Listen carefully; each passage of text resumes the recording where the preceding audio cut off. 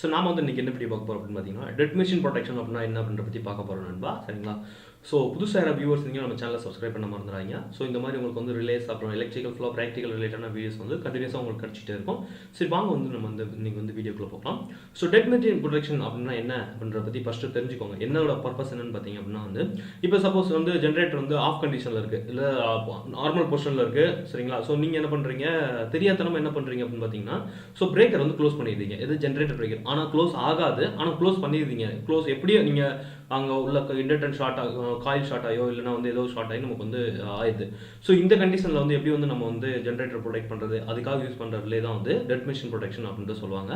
சரிங்களா? இப்போ சிம்பிளாக நான் உங்களுக்கு டிராயிங் பண்ணி சொல்லணும் அப்படின்னு பார்த்தீங்கன்னா இதான் வந்து ஸோ இப்போ வந்து பார்த்தீங்கன்னா சிபி வந்து ஓப்பன் கண்டிஷனில் இருக்குது. ஸோ இந்த சைடில் உள்ள இந்த சைடில் உள்ள பார்ட்லாம் பார்த்தீங்க அப்படின்னு பார்த்தீங்கன்னா இந்த ஏரியா எல்லாமே லைவ் கண்டிஷனில் இருக்குது. சரிங்களா? ஆனால் இந்த ஏரியா எல்லாமே ஆஃப் கண்டிஷனில் இருக்குது. சரிங்களா?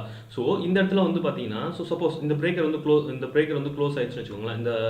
இந்த பிரேக்கர் வந்து க்ளோஸ் ஆயிடுச்சு அப்படின்னு பார்த்தீங்கன்னா ஸோ என்ன ஆகும் பார்த்தீங்கன்னா கரண்ட் ஃப்ளோ வந்து இப்படி ஆக ஆரம்பிச்சிடும். ஸோ இப்படி ஆக ஆரம்பிச்சோன்னா என்ன ஆகும் பார்த்தீங்கன்னா ஜென்ரேட்டர் வந்து என்ன ஆகும் பார்த்தீங்கன்னா மோட்டரிங் ஆக்ஷன் போயிடும். ஸோ இண்டக்ஷன் மோட்டர் மாதிரி அது வந்து ஒர்க் ஆக ஆரம்பிச்சிடும். ஸோ உங்களுக்கு நல்லாவே தெரியும் இண்டக்ஷன் மோட்டரோட பிரின்சிபல் என்ன அப்படின்னு பார்த்தீங்கன்னா ஸோ ஹை ஸ்டார்டிங் கரண்ட் எடுக்கணும்பா. ஸோ ஜென்ரேட்டர் வந்து பெரிய கெப்பாசிட்டியாக இருக்கும். ஸோ பார்த்தீங்கன்னா நம்மளோட மற்ற ஐட்டங்கள் எல்லாம் சின்ன சின்னதாக இருக்கும். ஸோ அதனால் ஹை ஸ்டார்டிங் டார்க் எடுக்கிறதுனால உங்களுக்கு வந்து அந்த ஹை கரண்ட் எடுக்கிறதுனால உங்களுக்கு இண்டக்ஷன் மோட்டர் அவர் ஆக்ட் ஆகுது. ஸோ இது மட்டும் எப்படி இருக்கும் பார்த்தீங்க அப்படின்னா வந்து இது வந்து உங்களுக்கு வந்து ஆல்ரெடி டர்பைனோட உங்களுக்கு அந்த பிரைம் மோரோட கப்பல் ஆயிருக்கும். ஸோ இப்போ இண்டக்ஷன் மோட்டர் மாதிரி இது ரொட்டேட் ஆகுறதுனால என்ன ஆகும் பார்த்தீங்கன்னா அந்த டர்பைனுக்கு வந்து என்ன ஆகும் பார்த்தீங்கன்னா மெக்கானிக்கலாக நம்ம வந்து எக்ஸ்ட்ரா வந்து நம்ம வந்து மோட்டர் மாதிரி ஆக்ஷன் பண்ணுறதுனால ஸோ டர்பைன் பிளேட்ஸ்லாம் வந்து உங்களுக்கு வந்து டேமேஜ் ஆகிறதுக்கான வாய்ப்புகள் இருக்குது. அதேமாதிரி ரோட்டருடைய அந்த டயோட்ஸ் இதெல்லாம் வந்து ஃபெயிலியர் ஆக ஆரம்பிக்குது நண்பா. ஸோ நீங்கள் கேட்பீங்க ஸோ ரிவர்ஸ் பவர் ஃபால்ட் ஆஃப்ட் ஆகுமே அப்படின்னு கேட்பீங்க. ஆனால் ரிவர்ஸ் பவர் ஃபால்ட் எப்பவுமே எந்த ரேஞ்ச் வச்சிருப்பாங்க பார்த்தீங்கன்னா 1 to 2 செகண்ட் வச்சிருப்பாங்க.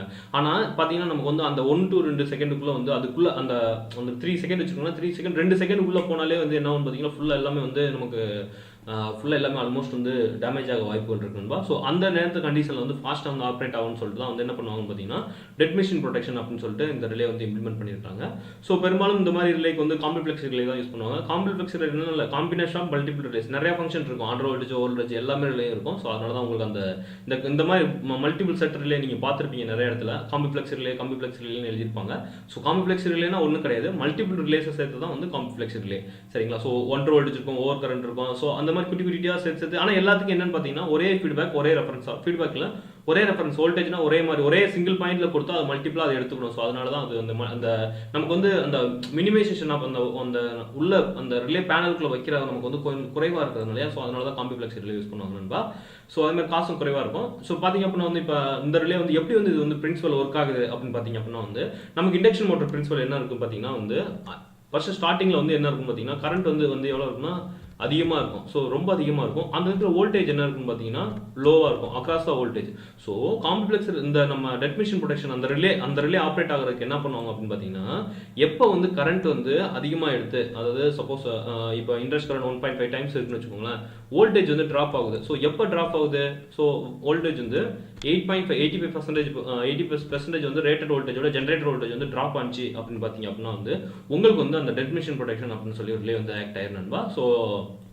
ஸோ இந்த மாதிரி தான் வந்து ரொம்ப எப்போ அதே மாதிரி என்ன பார்த்தீங்கன்னா ஸோ 1.5 டைம்ஸ் எடுக்குது அப்படின்னு பார்த்தீங்கன்னா என்னன்னா ஸோ இப்போ நீங்கள் ரிவர்ஸ் பவர் இருக்கும் இதுக்கும் உள்ள என்ன டிஃப்ரெண்ட் பார்த்தீங்கன்னா ரிவர்ஸ் பவரை பொறுத்த வரைக்கும் என்னன்னு பார்த்தீங்கன்னா கரண்ட் வந்து உங்களுக்கு வந்து வோல்டேஜ் வந்து ஃபுல்லாக வந்து ட்ராப் ஆகாது. அதாவது என்னன்னா டர்பைன் ட்ரிப் ஆகும் உடனே வந்து உங்களுக்கு வந்து வோல்டேஜ் ட்ராப் ஆகும். ஆனால் அது பார்த்தீங்க அப்படின்னா வந்து உங்களுக்கு வந்து அந்த கிரிட்டோட வோல்டேஜ் இருக்கும். ஏன்னா ஜென்ரேட்டர் வந்து ஆல்ரெடி ரன்னிங்ல இருக்கும், மூவ்மெண்ட்ல இருக்கும். ஸோ மூவ்மெண்ட்ல இருக்கிறதுனால உங்களுக்கு அந்த அளவுக்கு எடுக்காததுனால ஸோ இந்த அளவுக்கு வந்து கரண்ட் போகாது. ஸோ அந்த நேரத்தில் வந்து ரிவர்ஸ் பவர் மட்டும் ஆக்ட் ஆகும். ஆனால் டெட் மிஷினில் வந்து 0 RPMல இருக்கும்போது ஸோ உங்களுக்கு வந்து என்ன ஆகும் பார்த்தீங்க அப்படின்னா வந்து இமீடியட்டாக வோல்டேஜ் வந்து ட்ராப் ஆயிரும். அதே மாதிரி கரண்ட் அதிகமாக எடுக்கும். ஸோ நான் 1.5 டைம் ரெஃபரன்ஸ் தான் சொல்லியிருக்கேன், ஆனால் அதோட அதிகமாக தான் எடுக்கும் ஆக்சுவலி. சரிங்களா?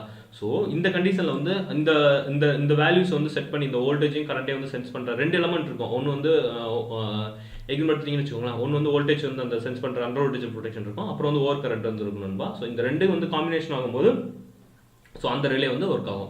ஸோ இதுதான் வந்து டெட் மிஷின் ப்ரொடெக்ஷன் சொல்கிறாங்க. ஸோ வேறு ஒன்றும் கிடையாது நண்பா. சரிங்களா? ஸோ இதில் வேறு எதாவது டவுட் இருந்தால் எனக்கு கீழே வந்து எனக்கு கமெண்ட் பண்ணுங்கள். ஸோ இப்போ நிறையா வந்து இதை பற்றி நான் பிளாக் ஆல்ரெடி எழுதியிருக்கேன், நீங்கள் வேணால் போய் ரீட் பண்ணி பாருங்க நண்பா. சரிங்களா? இதில் வேறு ஏதாவது உங்களுக்கு ரிலேஸ் ஏதாவது வேணும் அப்படின்னு சொன்னீங்கன்னா சொல்லுங்கள். ஸோ கண்டினியூஸ் வந்து ரிலேஸ் வந்து இந்த ரிலேஸ் முடிகிற வரைக்கும் கண்டிப்பாக ரிலேஸ் தான் அப்லோட் பண்ணுற மாதிரி ஐடியா இருக்கு நண்பா. சரிங்களா?